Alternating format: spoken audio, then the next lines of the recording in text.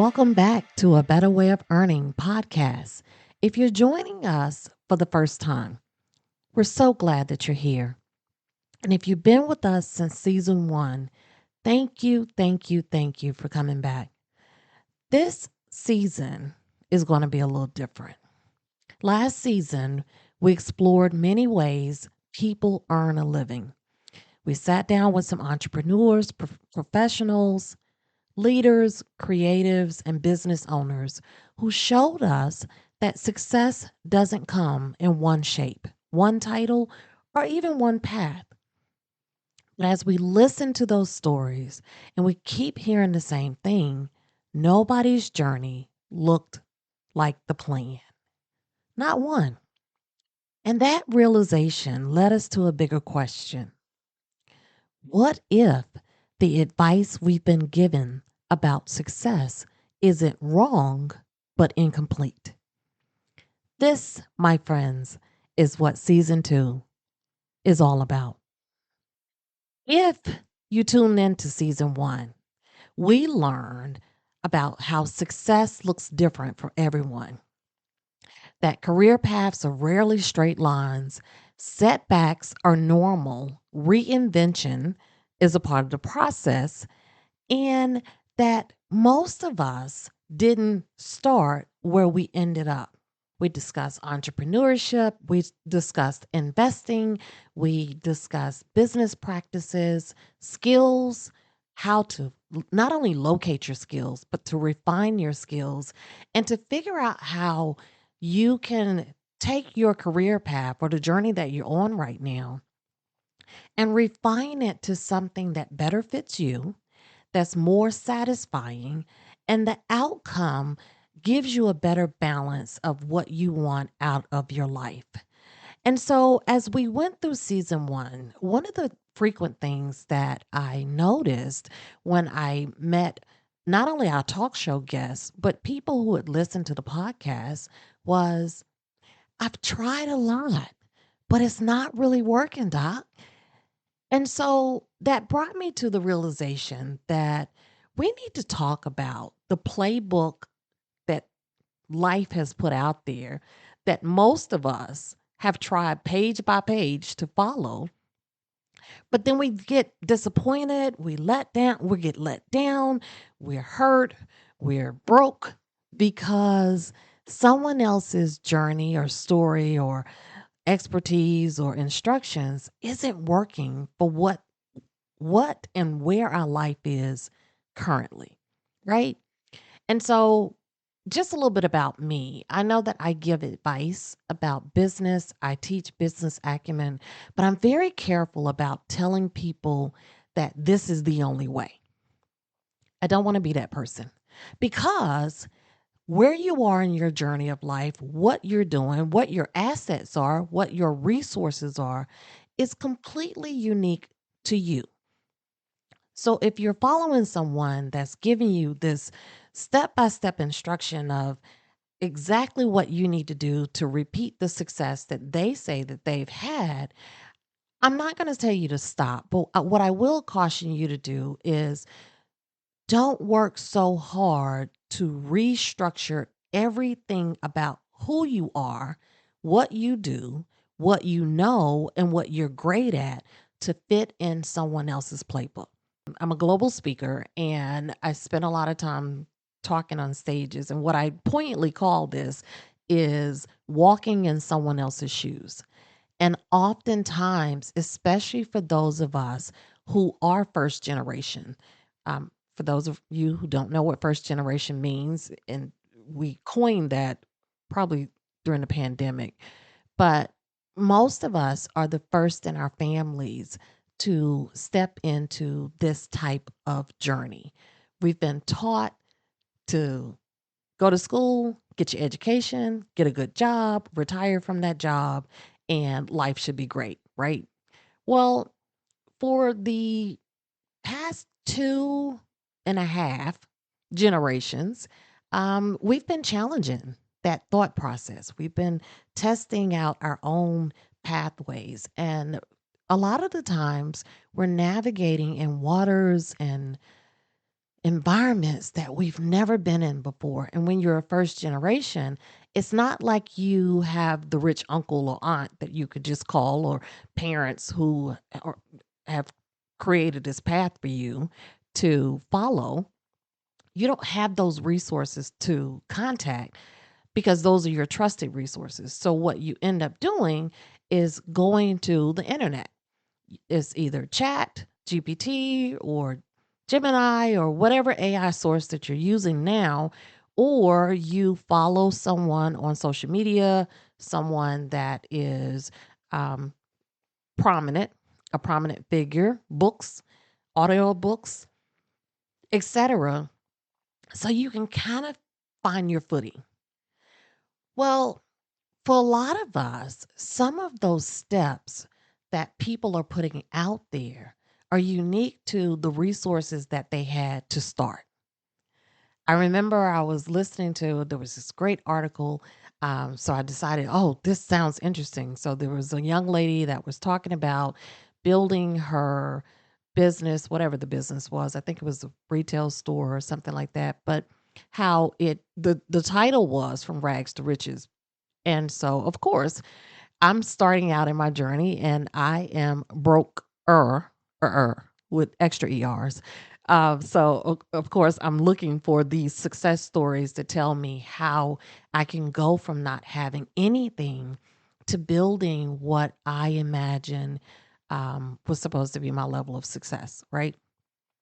So I'm into this article, and this young lady is talking about her journey and the ups and downs, and I'm really into it until I got to about paragraph 3.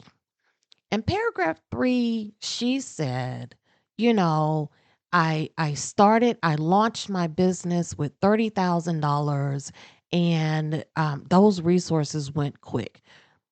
Er, Okay.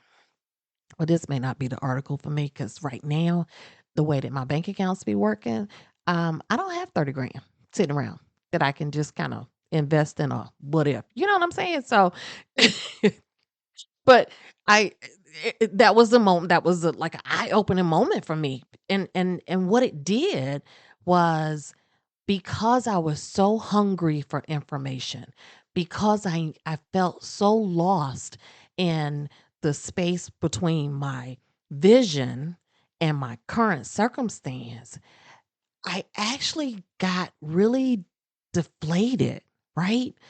I started looking at more stories, and everybody's story kind of had the same tone where they had tens of thousands of dollars that they were able to get out there and get going. These are the people that I was seeing that had the maximum amount of success. I didn't hear the stories of people that had a house full of kids and a spouse and paying bills and working a dead end job and still finding their level of success. Now, were those stories out there? Probably. But during the time that I was doing the research, did I find that? Absolutely not. So I say all that because that lesson, that deflation, that setback for me stuck with me. And as I travel the globe and as I speak to people, I started noticing that I wasn't the only one. That people were trying to find something relatable to hold on to give them not only a pathway, but hope that what I'm trying to do is actually going to work out. So this is kind of where my life's journey, or my success journey, reshaped itself. I never wanted to be the person to stand on the stage or stand in front of a bunch of people or even talk to someone and tout about my cars and houses and how much money and how successful I am and whatever. Because for me, material things is just material things. My grandmother taught me a long time ago that worshiping something that is material can end up breaking your heart, because at any time that stuff can be taken away from you. What you want to really hold value into is your ethics, your integrity, and who you are throughout your this navigation of this success journey.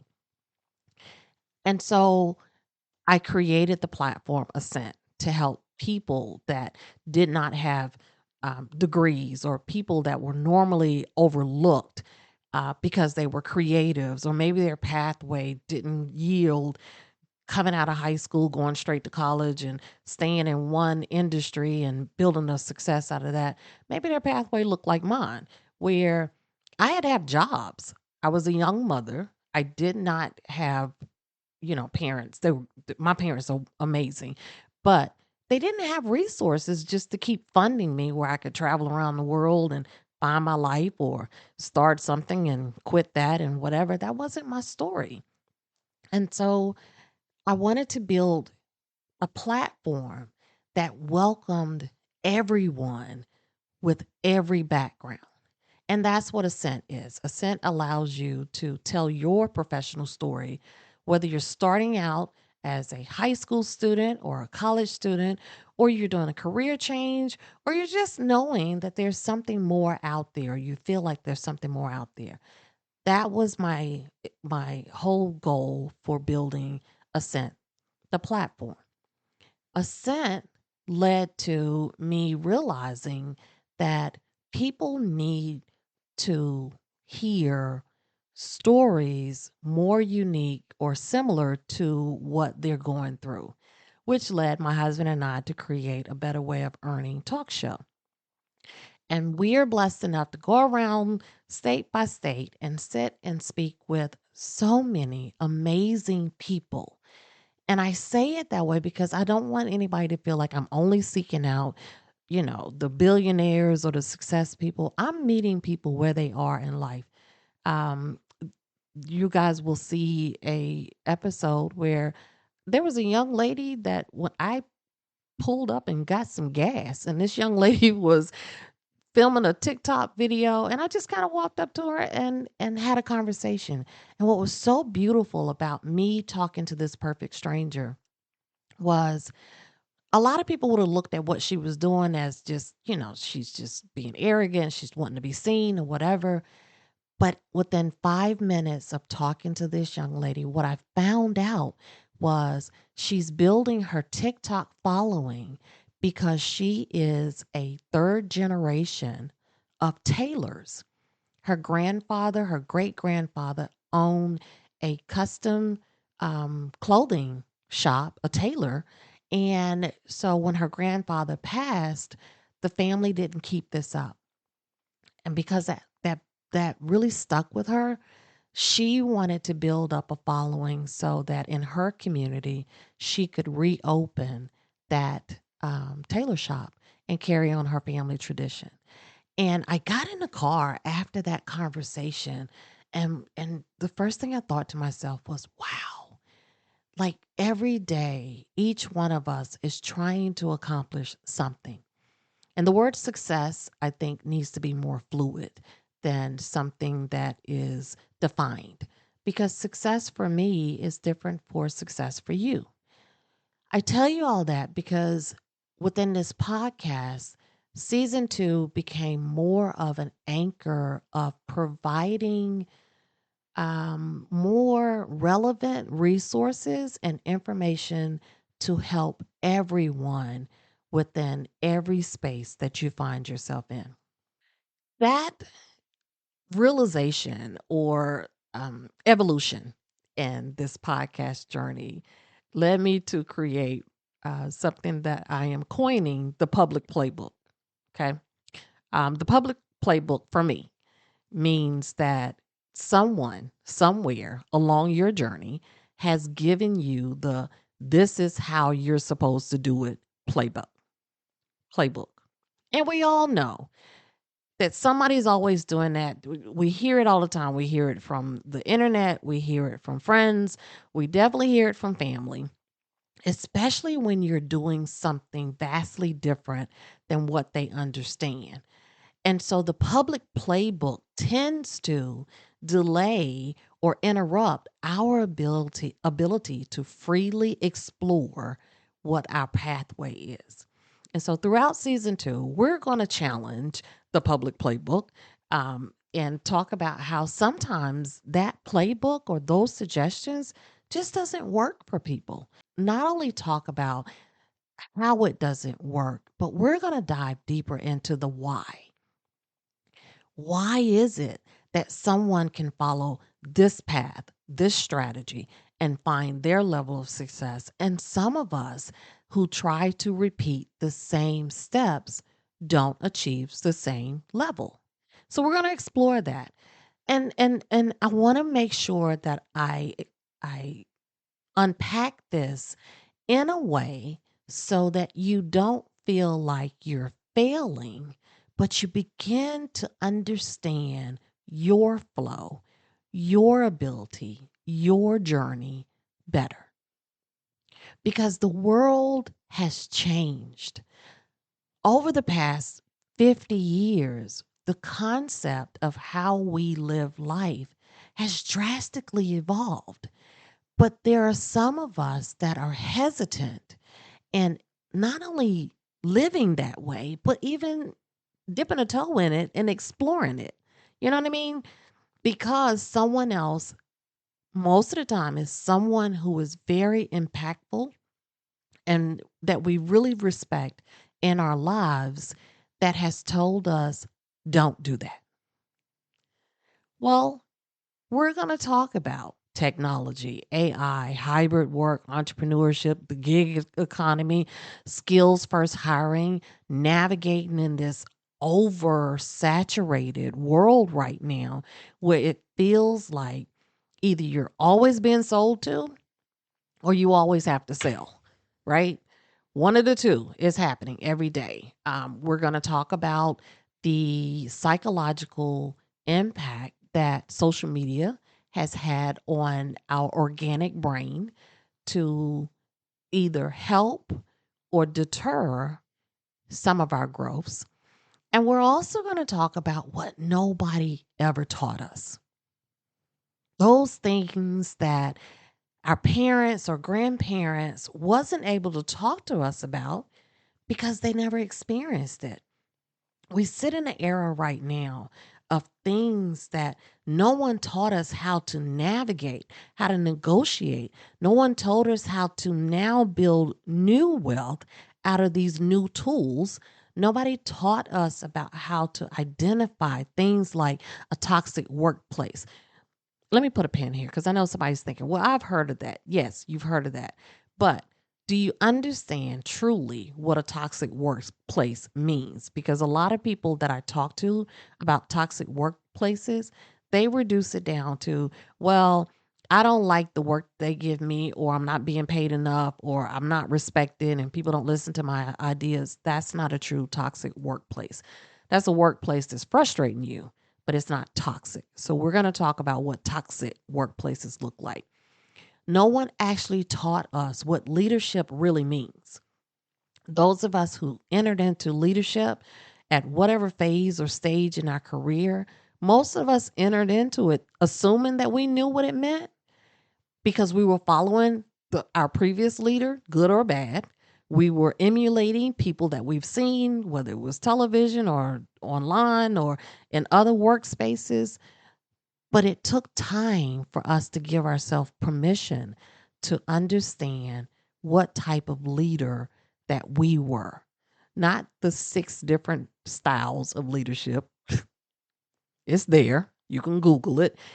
I'm talking about what true leadership is and how you and your personality and how you articulate things and how you even view things can be it can impact your leadership style. And what do you do with that?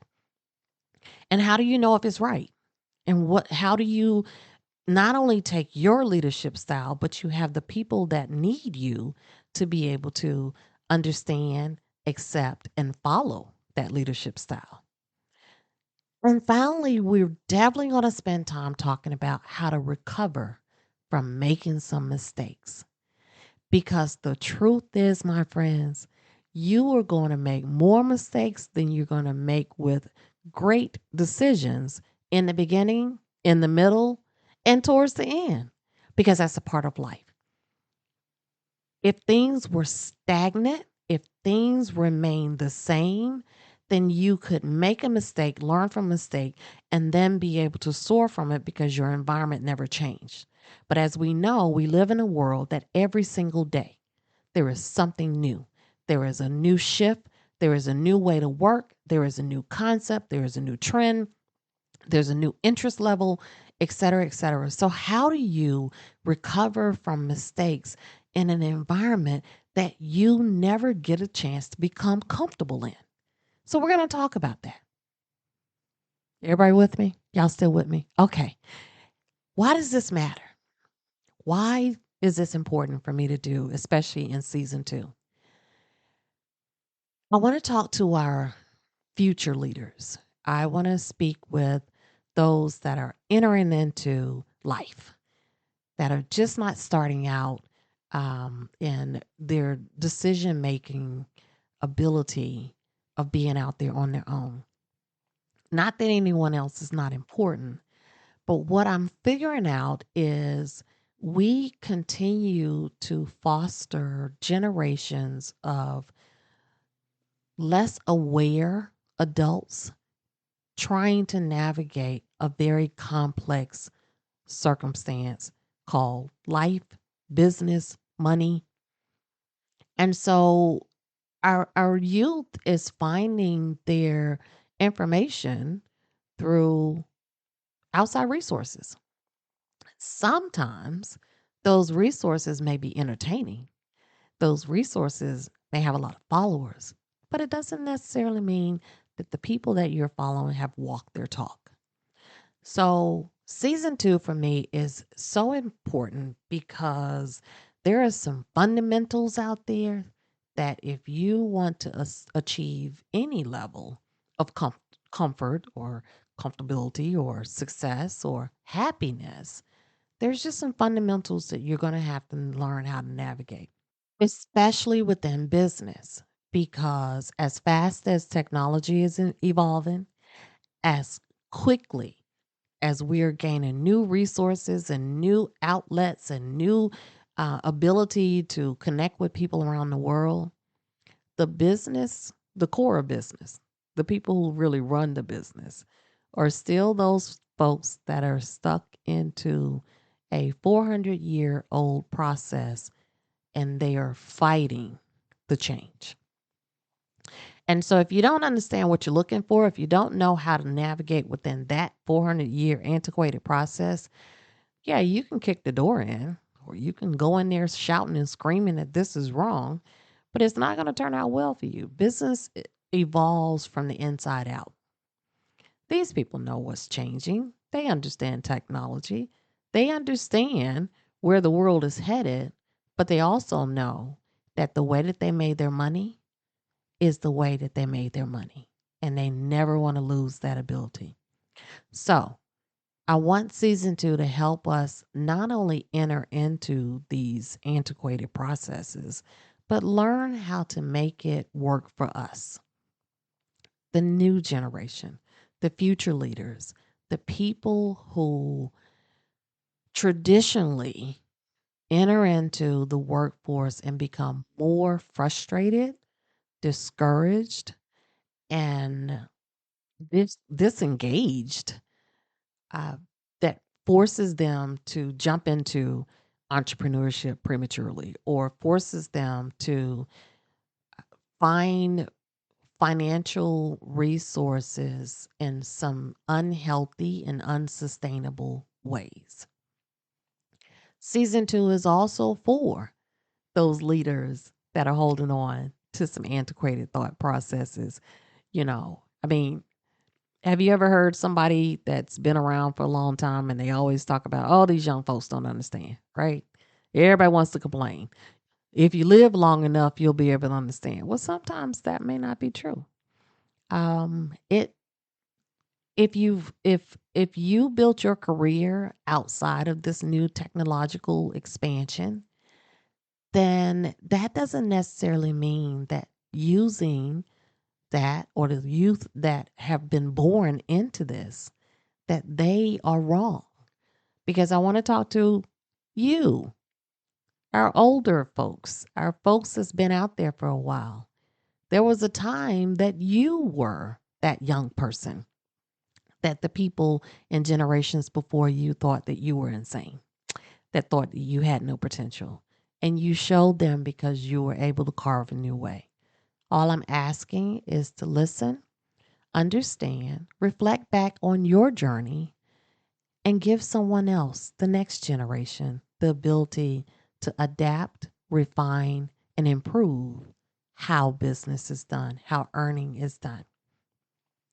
Okay, that's my soapbox for the moment. I just need to get that out there. And again, if you have listened to season one, my one rule of the A Better Way of Earning podcast is we are not always going to agree with each other, but that doesn't mean that we cannot have a conversation. In this world, especially because we're now all tied to our phones and our computers and et cetera, and streaming and all these other different things, we're losing the human connection and the ability to allow each one of us to be okay with being ourselves. We don't always have to agree. We don't always have to have the same experiences. But what we do have to do, especially if you're a part of a better way of earning, is have respect for each other.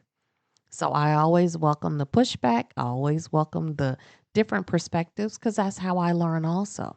Again, as I started this, I'm never going to be that person that says that I know everything and my way is the only way because that's absolutely not true. No one has the only way to do this. We have resources, we have information, we have experience, and we have knowledge of tools. But no one can ever tell you that who you are, how you think, how you feel, and what you envision for yourself is wrong. And we got to get out of that. What can you expect on season two? We're going to talk about things of why smart people stay broke. We're going to cover some of the biggest mistakes that people make at 22. And why 22, Doc? I say that because oftentimes, if you think back to like your high school career counselor or the reason that you went off to college or impact of parents or whatever, most of us chose career paths because someone else told us that that's what we're going to be good at. Why were we allowed to, or why does that work that way? Because we don't know. So, most people, I think the number is around 77% of people that go to college and spend hundreds of thousands of dollars on a degree just to find out once they got into that industry, I don't like this. Who said that I was supposed to be good at this? And that's only because we are guiding people the wrong way. We are projecting our own thoughts, opinions, and experiences on a group of young adults or entering adulthood youth and placing them in a space that may not be right for them. So, here at A Better Way of Earning, we're going to talk about some of those things. We're going to talk about how hiring actually works, not about the dress and the words to say or how many resumes that you have sitting in your computer right now that says the right thing to get the right job. But we're going to talk about behind the scenes. What happens? What the hiring professionals look for, what they say when you leave, and why some people get the job and some people don't get the job. So we're going to talk about that. We're going to talk about sales. Why do I want to talk about sales? Because most people don't realize that before you are successful in any career or any industry, you have to understand a little bit about sales. Doesn't mean that you're in a sales job, but you have to understand what sways people. How do you get someone to buy into even you? It's a sales job. So, we're going to talk about sales as a life skill. We're going to talk about failing as an entrepreneur and getting back up.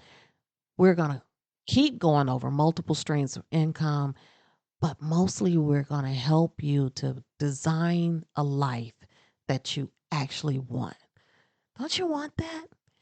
Because what you don't want to do is reach a certain age and look back and realize that you have more life behind you than in front of you before you get the aha moment that I didn't even have to go through all this way, that there was a better way for me to do that.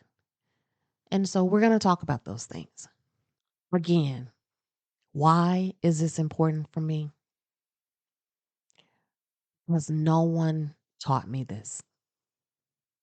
I spent a long time feeling like something was wrong with me because I looked at things different. I approached things different. I couldn't even enjoy my own success because I thought that my success that I was having was either fleeting, false, or unsustainable because it my pathway didn't look like everybody else's. And that robbed me of the ability to really celebrate a lot of wins that I've had over the few decades because I was trying to fit into someone else's shoes. I didn't know that my success was success because it didn't follow the other podcast person or the other celebrity or the other influencer or what I was seeing online or what other people said success actually looked like. And I want to stop that. If there's one mission that I have is to help people to find your better way of doing things and love it. Love it.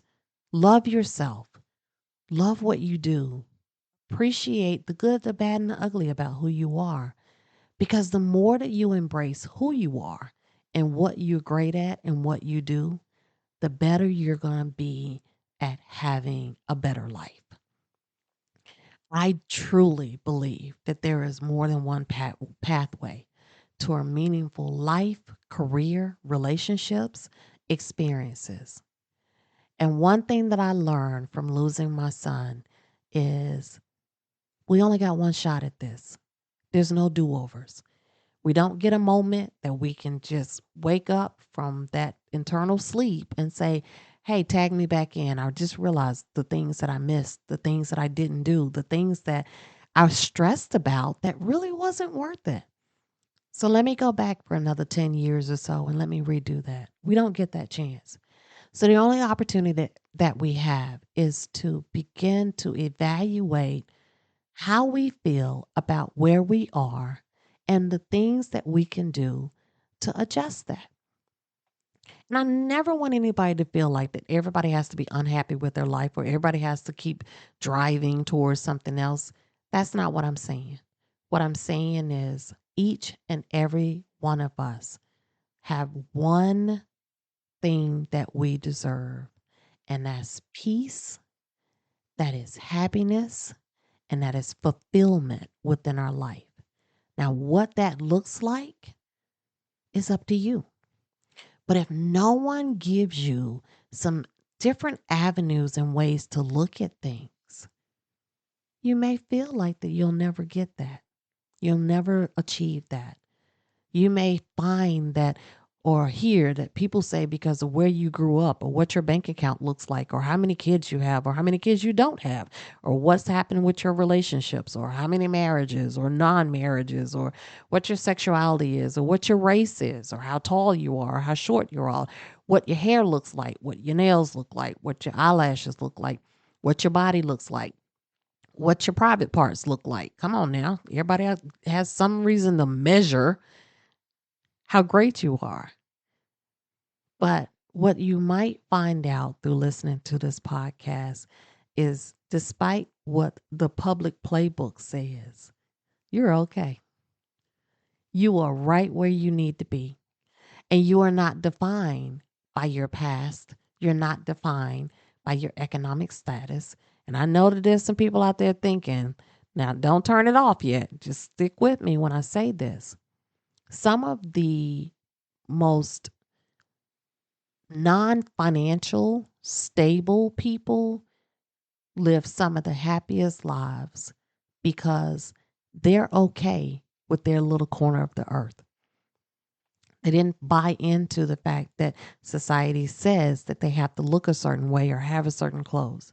It's those of us that buy into that public playbook that find ourselves unhappy with where life is for us. Not to get biblical on you, but think about it. This has been a battle for human beings since the beginning of time.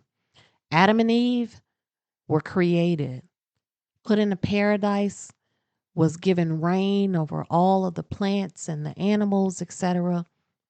They only had one rule: not to eat from the fruit of the tree. And because they were tempted and Eve ate that apple, they had been around each other. They had enjoyed their moment. They had loved each other. They had seen each other.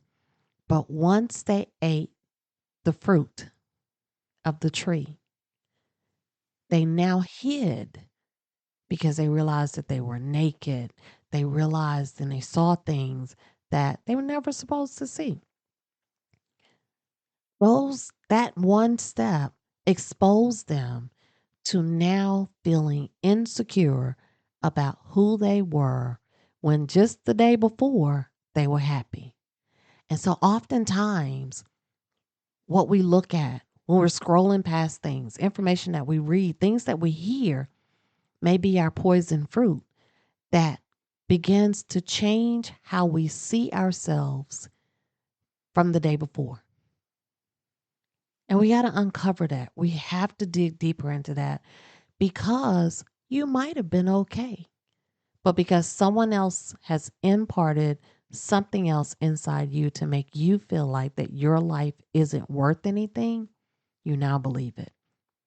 Here at A Better Way of Earning, one of my biggest jobs is to let each and every one of us know that we have value, that we have worth. And no matter where we sit in life, whatever day that we're in, we need to celebrate that day. We need to celebrate the ability that we have another chance to enjoy, improve, execute, whatever we need to do. But we can't when we sit in lives of depression or competition or comparison. That can rob decades from your life. Take it from somebody who knows. Now, that's my spiritual moment for it. Let me just also insert there. I don't want anybody to ever listen to this podcast and say, she's all over the place. Sometimes she's spiritual, sometimes she's cursing. I'm a complex person. So, and I've embraced that. But you'll always know my heart. No matter how I deliver it or what vessel or analogy that I use, I understand who I am. I know where my spiritual faith lays. But I also know that my level of communication is my line of communication. That's how it is. But anywho, whether you're a student, a recent grad, a career changer, an entrepreneur, or someone simply trying to figure out what's next, this season 2 has been built for you. I'm not here to tell you what success should look like. I'm here to help you build a version of success that actually belongs to you. Welcome, my friends, to season 2 of A Better Way of Earning. If this is your first time listening, go back, find season 1, listen to season 1, subscribe, follow, and please, please, please share this with someone who is trying to find their better way within their journey. Because the sooner that we stop chasing someone else's definition of success, the sooner we can begin building our own. I'll see you in the season.